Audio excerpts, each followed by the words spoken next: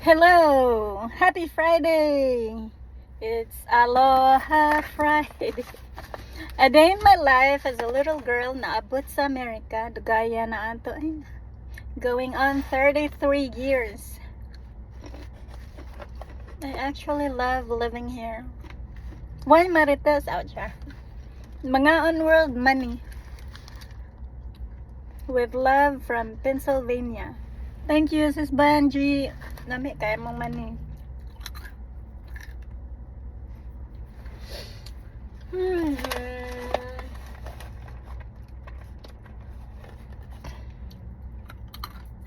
Di man unta ko mo work to the world unya daghan ang Nicole and Six said it like pwede ka mo work for a few hours today, like until when? They're like about 6:15. I'm like, excuse me.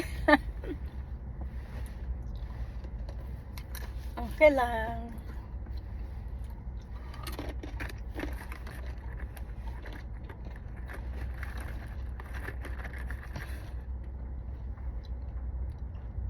Mga onde ay.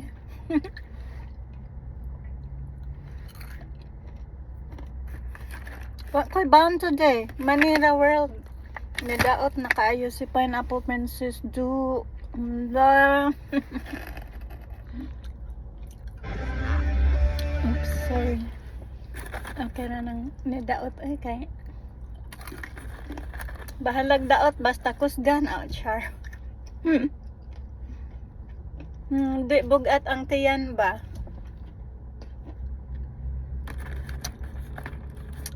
I wish Starbucks was closer. It's like I have to drive 3 minutes away. I should do it. Ay, bili na sad akong relo.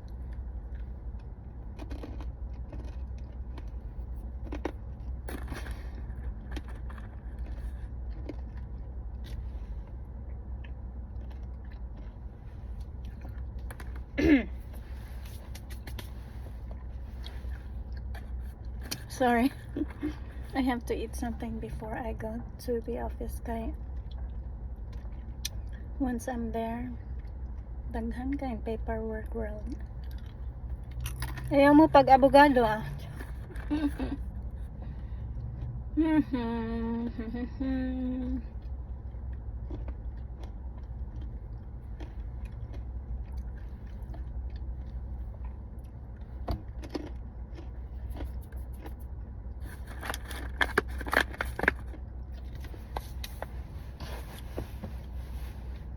Tugnaw today.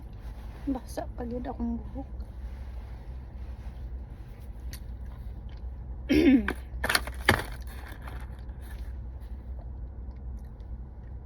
I didn't eat breakfast. I poached an egg, but basa ra kayo siya. I didn't eat it, so gikaon siya sa akong banana. Nya. I tried to cut up some avocados. Oh, it was supposed to go with the egg for breakfast, but it wasn't good, so I gave it to the deer. I removed the seed, removed the peel, and then gave it to the deer guy. The avocado pit is poisonous for them, and most pets most pets dili maayo ang liso sa avocado, hasta ang panit sa avocado kay dili maayo sa mga pets and any other animals. It gives them acidosis, I think. It makes their tummy out of control and crazy. Diarrhea, acid bloating, so they'd be in pain. So if you have pets, have them stay away from avocado pits and skin. The avocado meat itself, the fruit, is good because it has healthy oils. It's just good for the body. It's not heavy, easy to digest, so that one is really good. I've been having avocado for lunch. I eat once a day because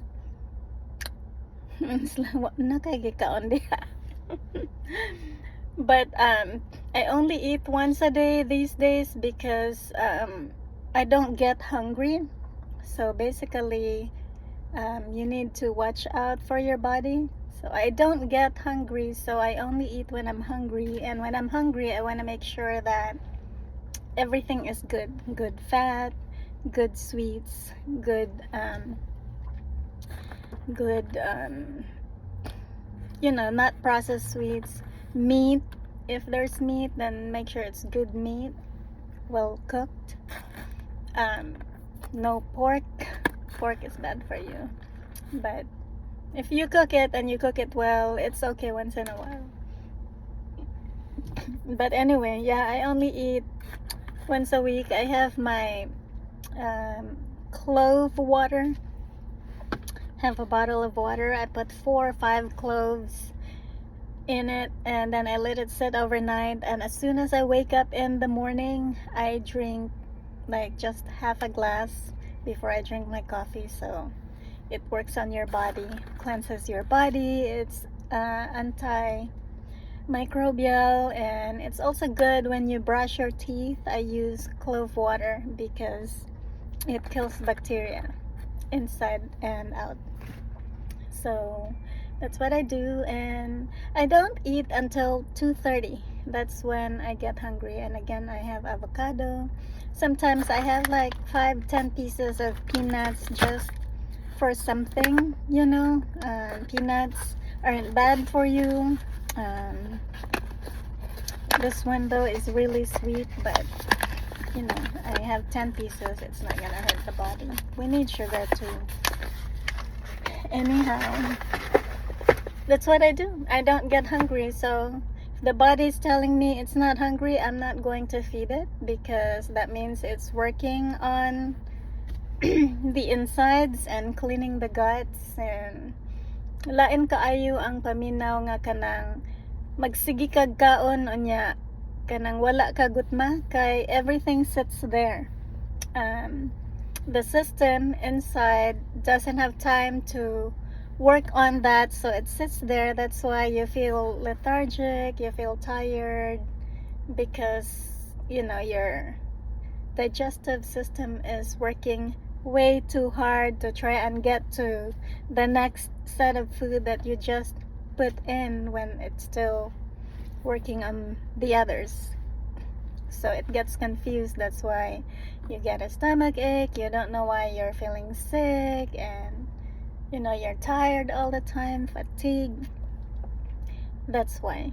So you need to give your body a break. If you're not hungry, don't eat. So don't worry about kung kanang imong tiyan magdaguok. Sakto ba na world? Kana bang mo na? Because it just means that the body is finally getting to your stomach fats and working on it. So sometimes I let myself go hungry. You're not gonna die. In fact, when you're hungry, best ideas come to you, and that's when your brain is working at full speed. That's when people who gets rich, that's when the ideas come here, when you're a tad hungry, because your brain is at its sharpest. Anyhow, nagyayaw si auntie. I still have 30 minutes, so mara na world akong ikasulti. Other than that, manghinaot ko nga kamong tanan malipayon. It's Friday here, that means it would be Saturday morning there.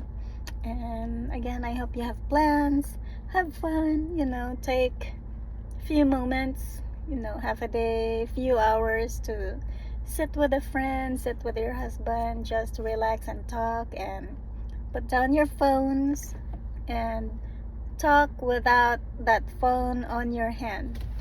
Because ang kaning atong newer technologies, the phone, your earpods, and whatever is keeping us all distant. Nihit na kaayo nga kanang Chris and I would go out to eat. Even he, we're eating and he has his phone in front of him, and I always remind him, Can you turn that off for eating? Because you know the food will feel that energy. Oh, they're not paying attention to me. Oh, they're not that grateful. Especially the water, it absorbs a lot of your energy. So when you're eating, please turn off your phone. Not only it emits radiation, but it keeps you, I mean, what's the reason of going out when you're just gonna sit there and stare at your phone? Just stay home. You know, so stay out, you know, pay attention to the trees, your surroundings, the nature. Look at what you can do to serve the community and make a difference in a positive way. Hey, kamusta na ka, Kap? Maricar Cañete Sanchez is my favorite barangay captain. Kumusta na ka, Kap? Shout out Maricar Cañete Sanchez, my favorite barangay captain of Cambaro, Mandaue City. Aloha. Maura. No plans for this long weekend for me.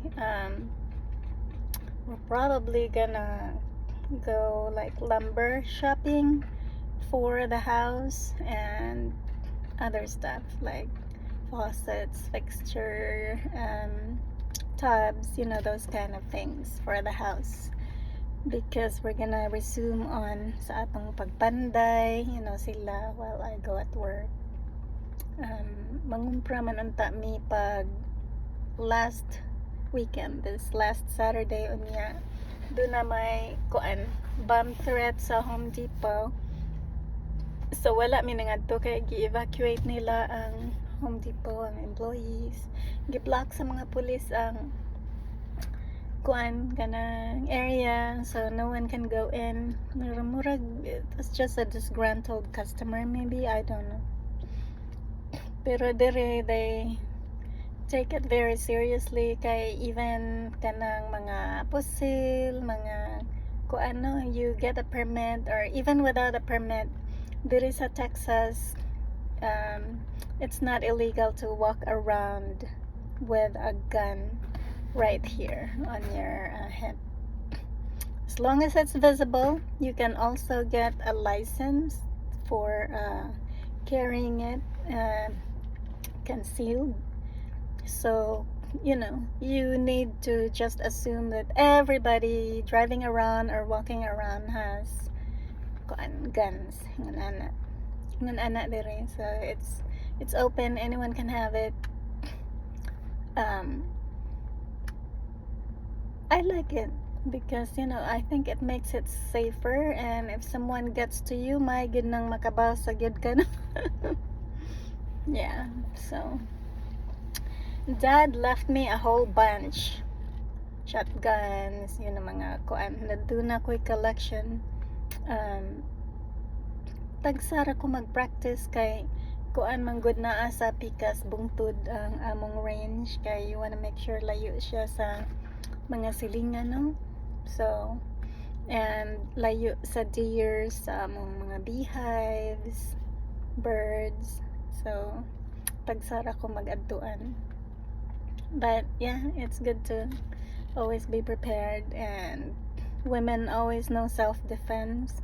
Even if it weren't for guns, you know, you just need to pay attention to your surroundings, especially teenagers, you know, young daughters. You need to learn how to protect yourself and what to do kung gisunod mo or giatngan mo ana nya ikaw rang usa. You need to know what to do. You need to know what moves. You need to know when to get on the ground and kick high, and you know which areas to hit, you know, to defend yourself, and run for safety.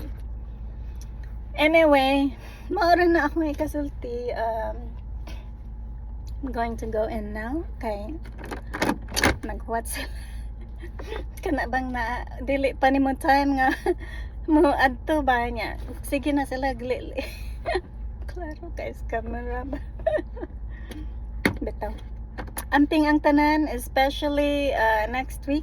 Amping ang tanan. Mag-amping ang tanan, especially next week. And then I will talk to you on my next video. Oh, by the way, ang tanan nga katong ni Atil, all 53 participants of our love song challenge, you should have gotten your prizes last night or yesterday morning sa inyo diha sa Philippines.